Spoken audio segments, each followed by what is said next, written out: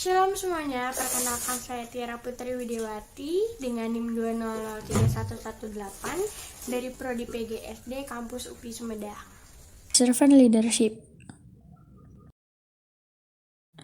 Apa itu servant leadership? Servant leadership adalah kepemimpinan hamba, yang artinya filosofi kepemimpinan, di mana tujuan dari kepemimpinan itu sendiri adalah untuk melayani. Lalu bagaimana sih ciri-ciri orang yang dipakai Tuhan untuk melayani? Yang pertama, man of prayer. Pada Kisah Para Rasul 3 ayat 1 mengatakan bahwa pada suatu hari menjelang waktu sembahyang, yaitu pukul 3 petang, naiklah Petrus dan Yohanes ke bait Allah. Di poin ini, secara tidak langsung mengatakan bahwa orang yang berdoa dan mempunyai kontak dengannya secara langsung. Yang kedua, ada man of faith. Ada pada Kisah Para Rasul 3 ayat 6, Petrus berkata, "Emas dan perak tidak ada padaku, tetapi apa yang kupunya kuberikan kepadamu. Demi nama Yesus Kristus orang Nazaret itu, berjalanlah." Pada poin ini mengatakan secara tidak langsung, orang yang memiliki iman yang besar dan bersandar kepada Tuhan. Yang ketiga ada man of word, yaitu orang yang mengandalkan firman Tuhan dan merenungkannya di dalam hidupnya. Dan yang terakhir ada men are that filled with Holy Spirit. Ada pada Kisah Para Rasul 1 ayat 8, Kisah Para Rasul 4 ayat 9-12. Ia mengatakan orang yang dipenuhi kuasa Roh Kudus. Berikut adalah sifat Yesus yang dapat dijadikan teladan. Poin pertama, pelayan. Dia yang terbesar harus menjadi pelayan dari semua. Poin kedua, tidak menjadi tuan atas orang lain. Poin ketiga, contoh, Anda harus hidup menjadi memimpin dan menjadi role model bagi orang-orang. Poin keempat, rendah hati. Menjadi rendah hati, hidup jujur tanpa kemunafikan atau pura-pura. Yang kelima, seorang anak tidak menipu dan tidak mengancam. Yang keenam, sebagai yang lebih muda, ini berarti memahami bahwa kita akan selalu menjadi orang-orang yang kurang beruntung dan juga berarti cahaya perjalanan bagi orang. Poin ke-7 dan ke-8, yang terakhir dan yang terkecil. Poin ke-9, tidak ada paksaan. Yesus tidak memaksa kita, Dia membuat kita bebas memilih pilihan yang tepat bagi kita. Poin ke-10, tidak ada ambisi buta. Yesus tidak didorong oleh ambisi buta. Tujuan surgawi hanya bisa dicapai dengan tujuan surgawi. Poin ke-11, Dia membuat dirinya tanpa reputasi, mengambil hamba dan datang dalam rupa manusia, dan bukan pula dalam rupa manusia. Poin ke-12, manusia. Ia sepenuhnya Allah dan sepenuhnya manusia. Poin ke-13, Yesus merendahkan dirinya dan taat. Dia taat sampai mati. Poin ke-14, kematian di atas kayu salib. Poin ke-14 tadi bukanlah hanya sifat Yesus, tetapi juga sifat Bapa yang kita kenal. Yohanes 14 ayat 9 mengatakan, "Apabila kamu telah melihat aku, maka kamu telah melihat Bapa."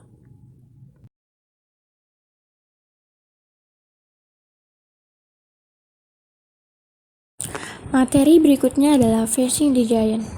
Ketika Tuhan sudah membuka pintu, maka tidak ada seorang pun yang mampu menutupnya.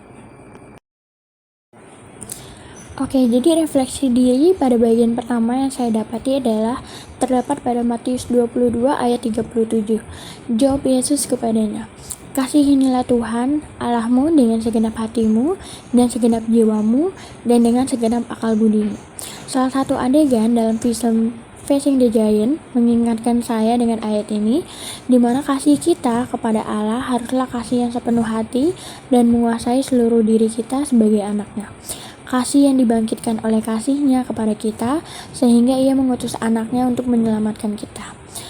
Berikut adalah kasih Allah. Yang pertama, kesetiaan dan ketertarikan kita kepada Dia. 2. Iman sebagai sarana pengikat yang kokoh dengan Dia yang dipersatukan dengan kita.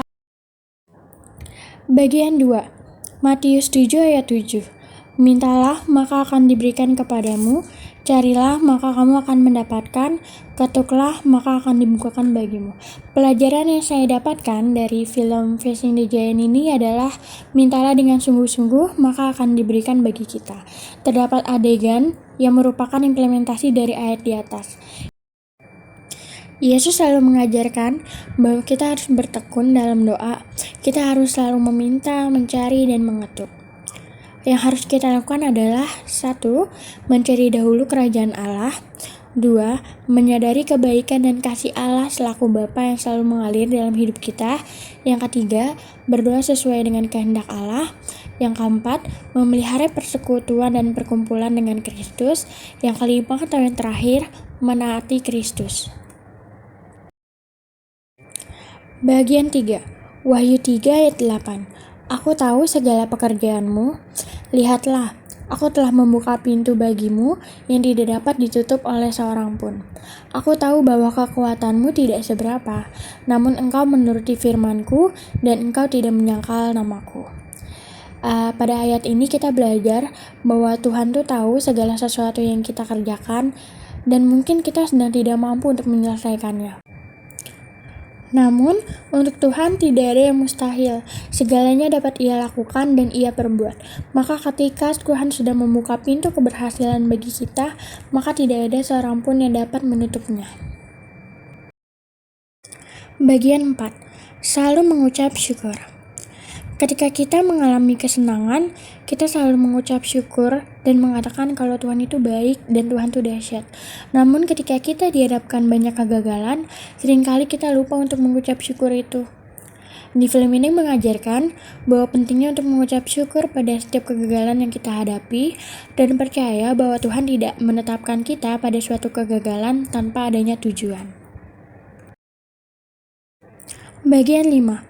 Lakukan segala hal seperti untuk melakukannya untuk Tuhan. Terkadang kita lupa untuk membawa Tuhan dalam setiap kegiatan kita.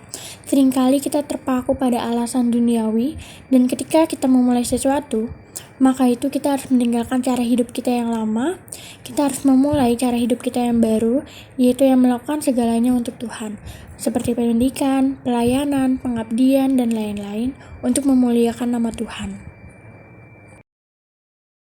Materi berikutnya adalah mengenai visi hidup. Sebelum kita lebih dalam lagi membahas mengenai visi hidup, kita harus tahu dulu mengenai masa-masa hidup.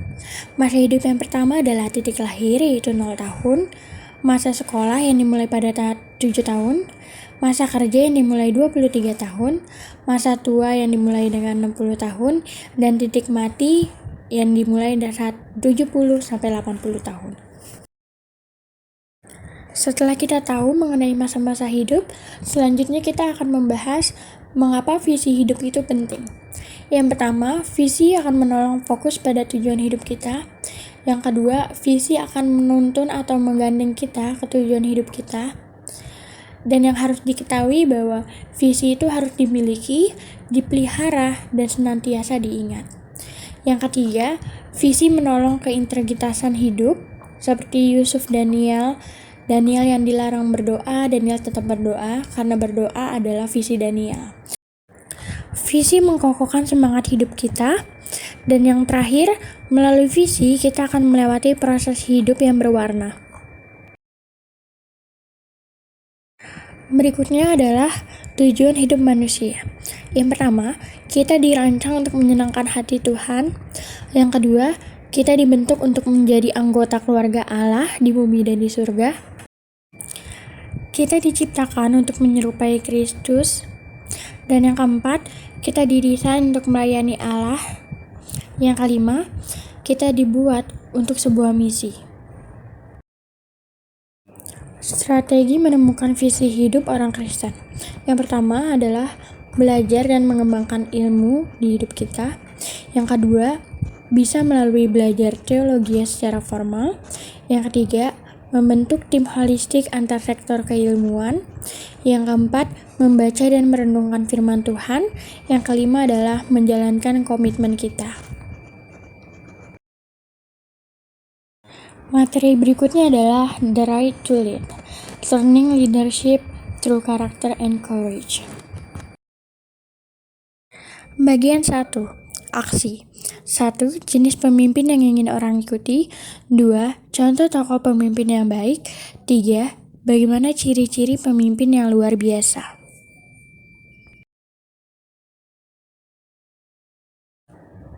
Dan apa sih kriteria untuk menjadi pemimpin? Kemampuan memimpin itu tidak datang dengan sendirinya. Tidak pula dilihat juga dari latar belakang keluarga, pendidikan, derajat, atau sebagainya. Namun kemampuan pemimpin itu dilihat dari bagaimana kita bisa membantu para anggota untuk lebih maju lagi terhadap tujuannya. Lalu jenis pemimpin yang orang ikuti itu seperti apa? Kita harus mempersiapkan untuk diri kita apabila kita mau menjadi seorang pemimpin yang lebih baik, dan kita bisa mengikuti langkah-langkah berikut ini. Yang pertama, kita harus membuang ego kita. Yang kedua, jadilah pengikut yang baik dahulu, baru kita akan tahu bagaimana cara menjadi pemimpin yang baik. Yang ketiga, bangunlah hubungan atau relasi yang baik terhadap orang lain.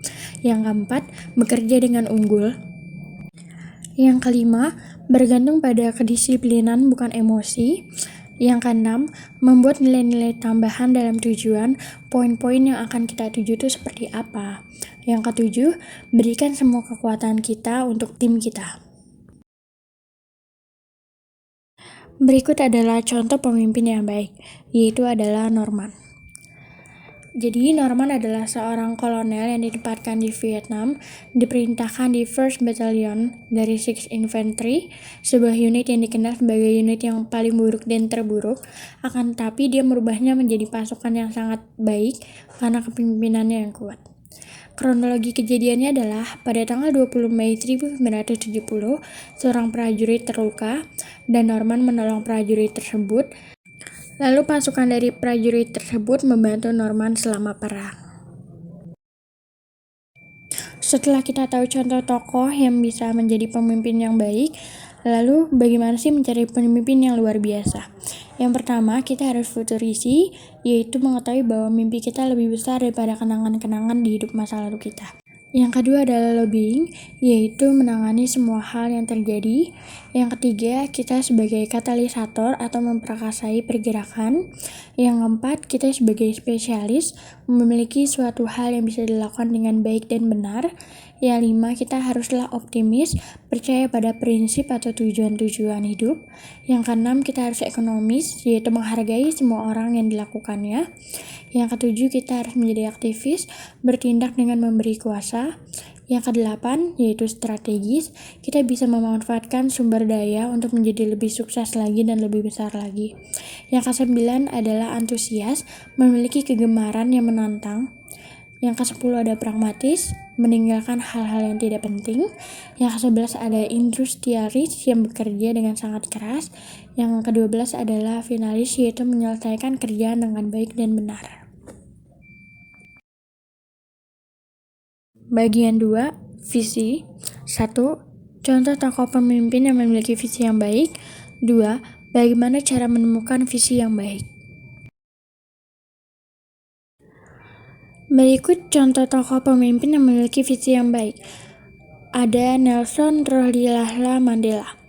Kronologi kejadiannya adalah pada awal tahun 1940, Mandela mengikuti ANC, yaitu organisasi politik yang memperjuangkan hak-hak orang kulit hitam di Afrika Selatan. Pada tahun 1950, Mandela dan kawan-kawan melakukan demo, boikot, protes, dan tekanan pasif terhadap pemerintah setempat.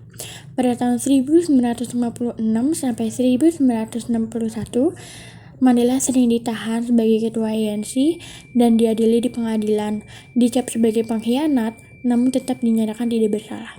Pada tahun 1961, Mandela memimpin kampanye pengeboman terhadap pemerintah. Dan pada tahun 1962, Mandela dituduh melakukan sabotase dan dipenjara selama seumur hidup.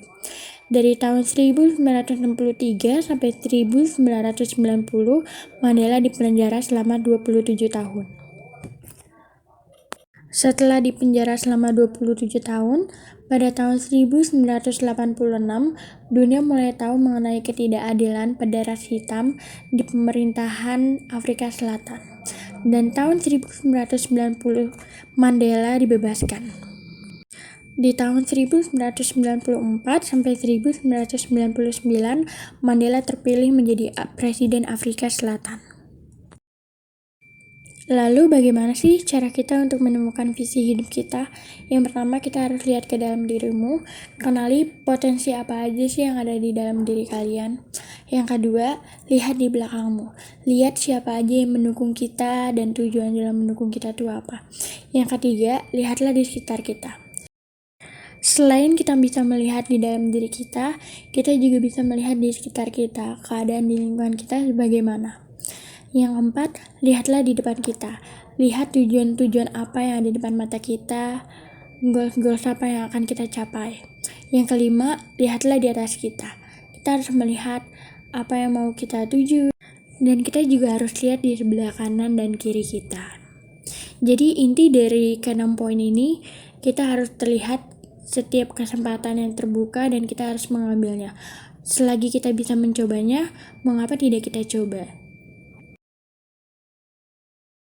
Materi selanjutnya adalah amanat agung. Baik, kata kunci dari bab amanat agung ini adalah yang pertama, percaya.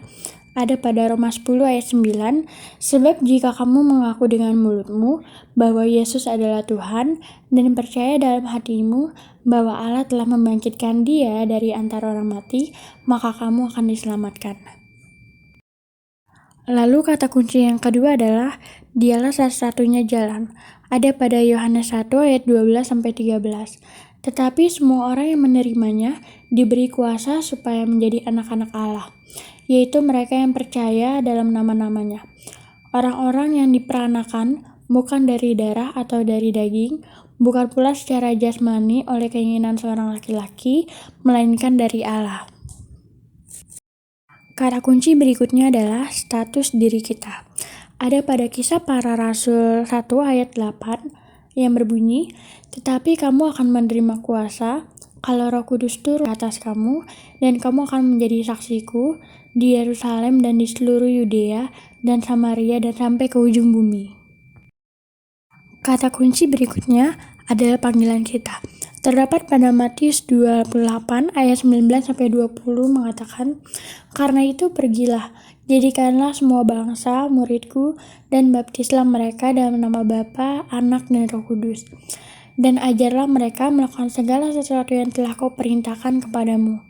Dan ketahuilah, aku menyertai kamu senantiasa sampai kepada akhir zaman.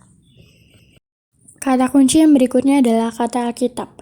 Ada pada Roma 10 ayat 14 mengatakan, tetapi bagaimana mereka dapat berseru kepadanya jika mereka tidak percaya kepada Dia? Bagaimana mereka dapat percaya kepada Dia jika mereka tidak mendengar tentang Dia?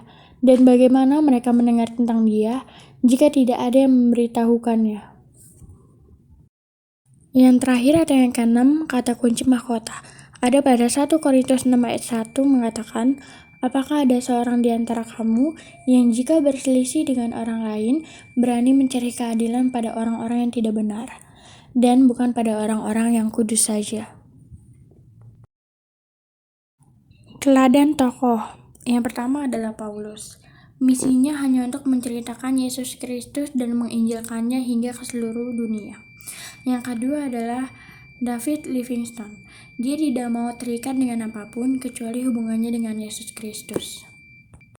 Yang artinya David tidak terikat dengan hal-hal duniawi dan sekitarnya. Materi selanjutnya adalah How to Influence People. Bab 1. Seorang pembawa pengaruh harus memiliki integritas dengan orang lain.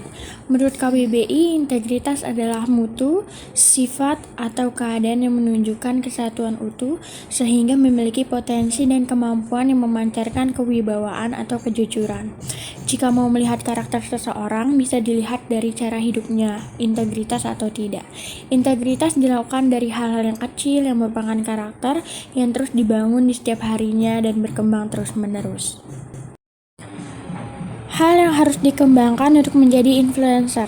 Yang pertama, kita harus memiliki karakter yang konsisten, yaitu karakter yang tidak berubah-ubah atau palsu. Yang kedua, kita harus mempunyai sifat yang transparan, tidak berbohong, dan tidak menutup-nutupi. Yang ketiga, kita tidak boleh ingkar janji, karena jika kita ingkar janji, bagaimana orang mau percaya kepada kita sebagai seorang influencer. Yang keempat, dapat memberikan contoh kerendahan hati yang baik. Jika menjadi seorang influencer, artinya kita siap untuk menjadi role model dari hidup seseorang. Cara menjadi orang yang berintegritas. Yang pertama adalah kita harus berkomitmen. Komitmen pada diri sendiri untuk menjadi tulus, dapat dipercaya, dan dapat menjaga rahasia orang lain. Jika kita tulus terhadap orang lain, maka kita juga dapat dipercaya oleh orang lain untuk menjaga rahasianya. Yang kedua adalah dapat memanage kepentingan. Jika ingin menjadi orang yang berintegritas, kita harus dapat mengurutkan prioritas apa yang harus kita lakukan dahulu dan untuk menyingkirkan yang tidak terlalu penting. Yang terakhir atau yang ketiga adalah mengutamakan kewajiban baru hak. Jika kita telah melakukan kewajiban kita, barulah kita boleh memperoleh hak kita. Jangan kita melakukan hak kita, tapi kita tidak melakukan kewajiban kita.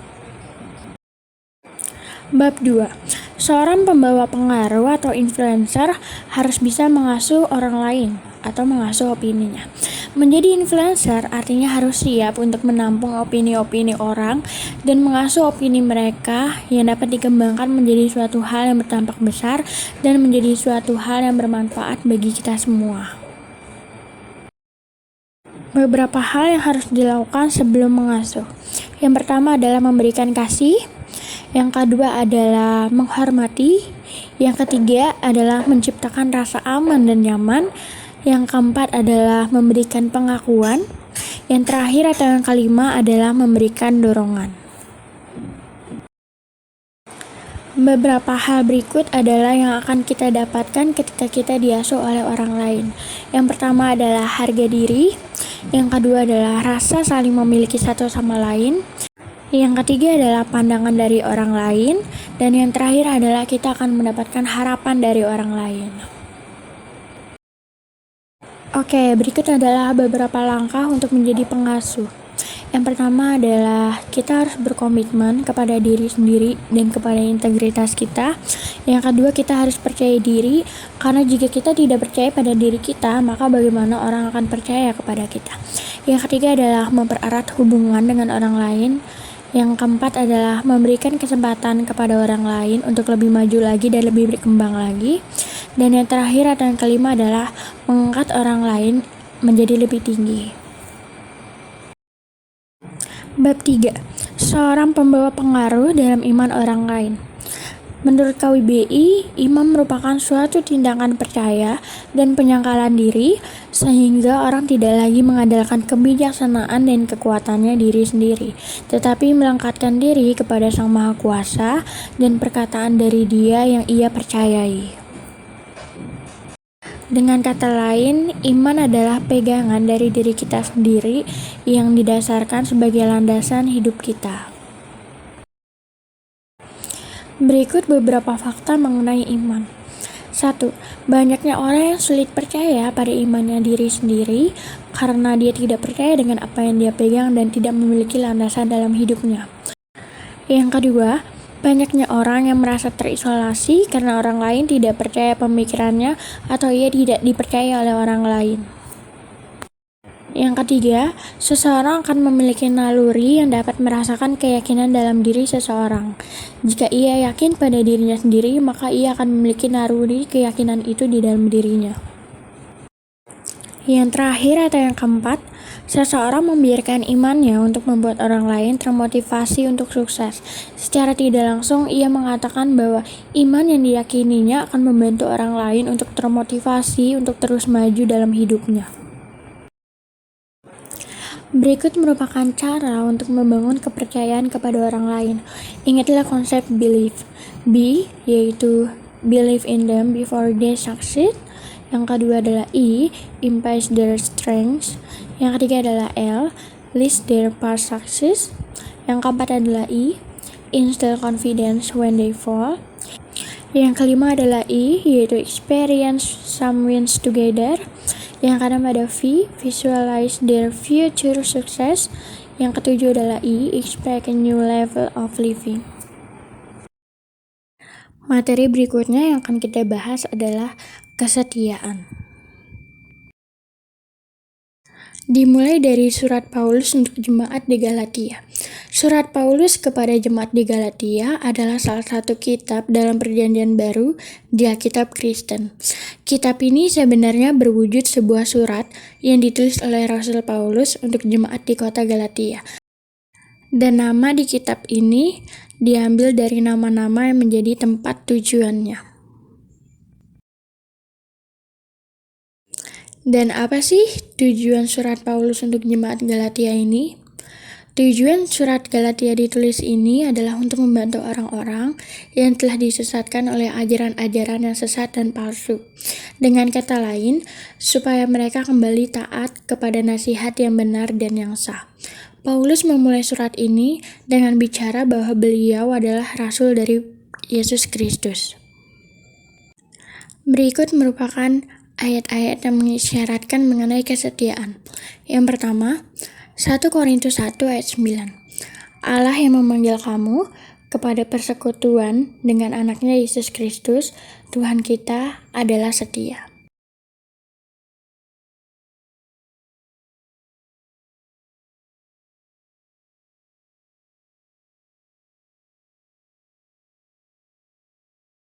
Dan yang kedua, ada pada Mazmur 31 ayat 23.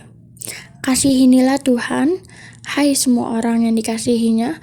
Tuhan menjaga orang-orang yang setiawan, tetapi orang-orang yang berbuat congak diganjarnya dengan tidak tanggung-tanggung.